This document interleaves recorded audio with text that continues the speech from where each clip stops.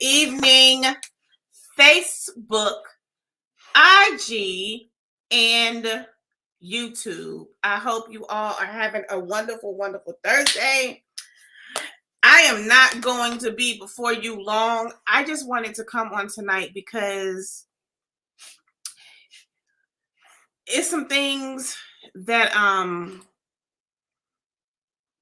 this country, this world is going through, and I touched up last night with a pop-up video. And I was going to talk about things about the past and how it affects the future and stuff, but I got a tug and a pull to talk about mental health tonight. So I'm going to talk about that briefly, not too long, because I'm exhausted anyway. But before we get into that, we're going to do your Did You Know in Black History. Here we go. Glasses, because baby, I need some. Mary Turner. I wonder, do y'all know who she is? I didn't know who she was until like a couple of weeks ago. And then I researched her again to get her whole story. She was born in 1899 and died in 1918. She was a 20-year-old Black woman. She was a slave. Well, at that time, she was free. She was a slave, but then she became free. And she was married, right? And her husband was 19 years old. They were expecting a baby. She was about 8 months pregnant. Well, this happened in Georgia, y'all. A slave owner, white man, winded up getting killed or whatever. And because they didn't know who it was, they blamed all the Black men that was in that vicinity. Her husband was one of the men that they cornered and hung. And because she was vocal about justice being served for her husband and petitioning the courts, the police about the mob that lynched her husband, right? Well, the mob was not very happy about that. And in that time, they decided that they were going to do something horrific to her. I couldn't get my word out. Horrific to her. They caused about 30 plus men, maybe 50 men, from what I was reading. They cornered her, took her. There is a bridge called the Olsen Bridge in Georgia. They took her there. They hung her by her feet. By her feet, y'all, upside down. And you know, when you hanging upside down, blood is rushing to your head. And mind you, she was 8 months pregnant. And because she was screaming and asking for mercy and help, the mob poured gasoline all over her. Her hair caught on fire a little bit. That it didn't stay long. And then she was begging for the life of her unborn child. And because the mob was so dirty and so hateful, one of the men pulled her dress over her head and cut her baby's head out.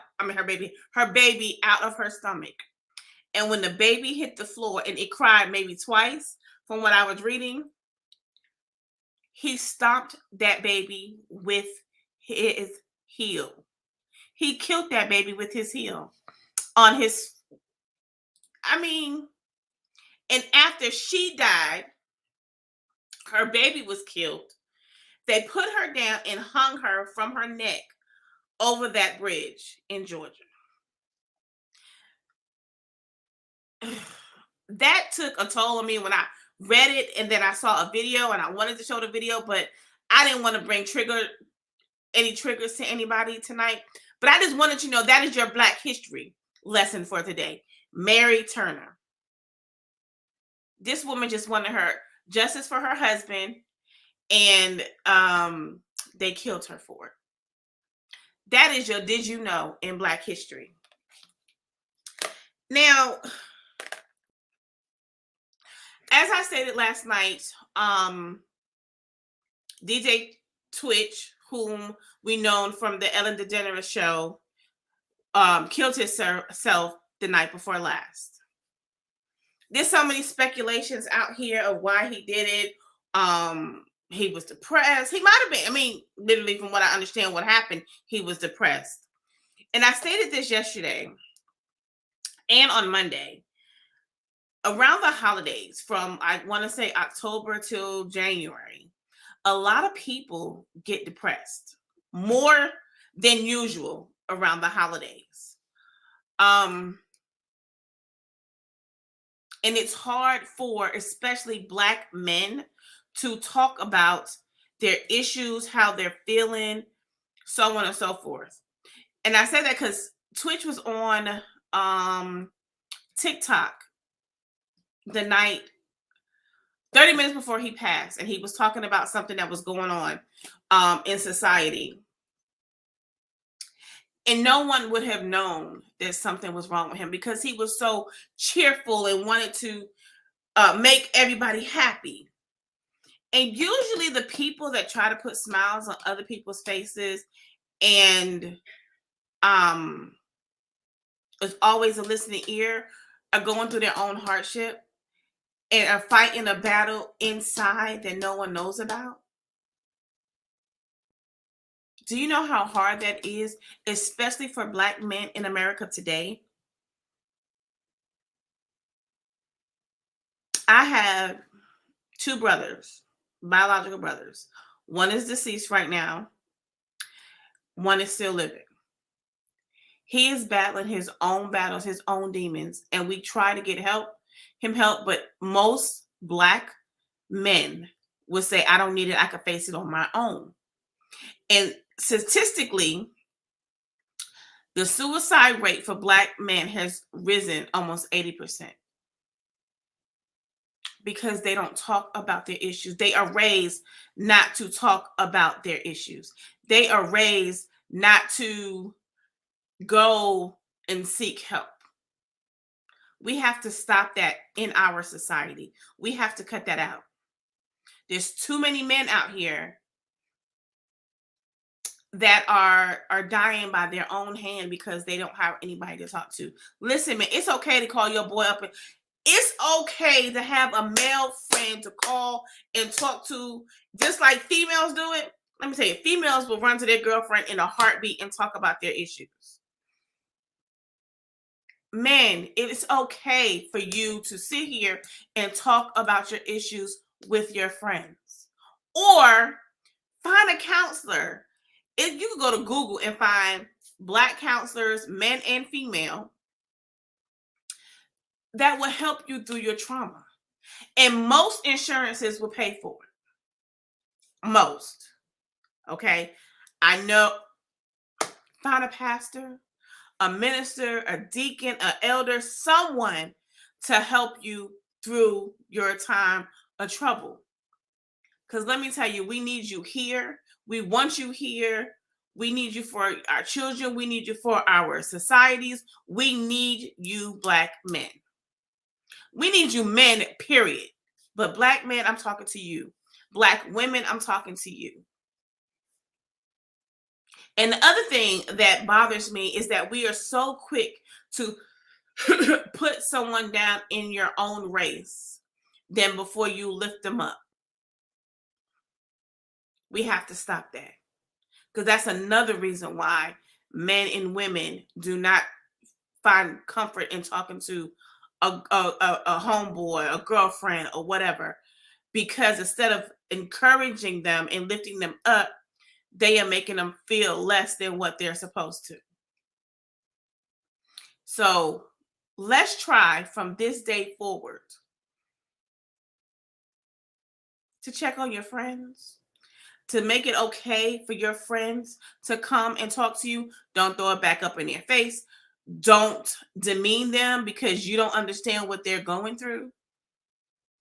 It's hard out here. We got enough with people of then to deal with our own ethnic groups. We have to stick by each other. I'm gonna tell you, for myself, right? Right now, my father is laid up in a hospital bed. Um, he was home not this Sunday, on the 4th of December. He stood up. We were putting up the Christmas tree. He stood up. He tried to walk and fell headfirst on our concrete floors. Took him to the hospital. He was straight in the back. Admitted that night. He had a minor stroke, and not only did he have a stroke, his spine, his neck and his spine, um, totally messed up. He had to have surgery. Now, just imagine how that's taken. My father is so used to uh, giving me a hard time. Um, he's always concerned about the dogs. He's always making sure my daughter's okay. And for him to be in a hospital bed, not being able to move or anything, do you know that it hurts him? And it takes, so I go every single day. I make sure he's okay. I joke around with him. I still fuss at him, right? To make it feel like there's nothing wrong. So he knows that I am there for him. And yes, at the same time, it's hard for me, right? Yeah, let me tell you something. People could say pray, pray, pray, and I do pray and I read my word. But sometimes, listen to me now, sometimes when you need that prayer answered right then and it doesn't come through right then, that's when I'm like, look, God, I need you now. If you can't have it, then I need somebody else I could go to and see if I can fix this. I don't want to fix it myself, but like my father, I'm like, I can't fix him right now. So I have to leave it to the professionals, right? But do I still worry? Am I still concerned? Of course. I've prayed about it. I prayed over him. And tonight he had a setback. And I stayed till the doctors came and fixed him up and did what they needed to do and got the bleeding stopped and gave him his pain meds and kissed him on the forehead, told him I love him.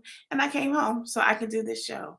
Because I want you all to know mental health is real. And I know it is because I look at my brother and my father every day. Not just them, but for myself, my daughters. And we sometimes hold it in because we don't want to burden anyone else. And we have to stop that, y'all. We have to stop that. It's too much for us out here to try to hold all of that in. Find a counselor, find a support group somewhere. They have free stuff in your local areas, I'm sure. If not, they have that 988 hotline. The crisis hotline. 988 is just like 911, except it's 988, and you can call and talk to somebody. That's the quick and easiest way, and they will help you. They will help you. So I just wanted to get on there tonight and let you all know that you are wanted. You are loved. And like I said before, if you need me, if you have my number, I will answer. I will answer. I will talk to you. I will try my best. And if I can't comfort you, I will try my best to find someone who can listen to you and give you the right words of encouragement. Oh, and I will pray for you. So at the end of the day, I want us all to think about each other in this time, this Christmas season, right? This new year that's about to come up. And realize that we have each other. All right? I want you all to know I love you all. Told you I wasn't going to be before you long. I got to do some stuff for my dad tonight. And I want you all to have a great day, a blessed day. And just know that you are not alone. By no means are you alone. And there's somebody out here that will listen. 988-988 for the crisis line. 988. Okay? You all have a blessed and wonderful night. I love you all. Good night.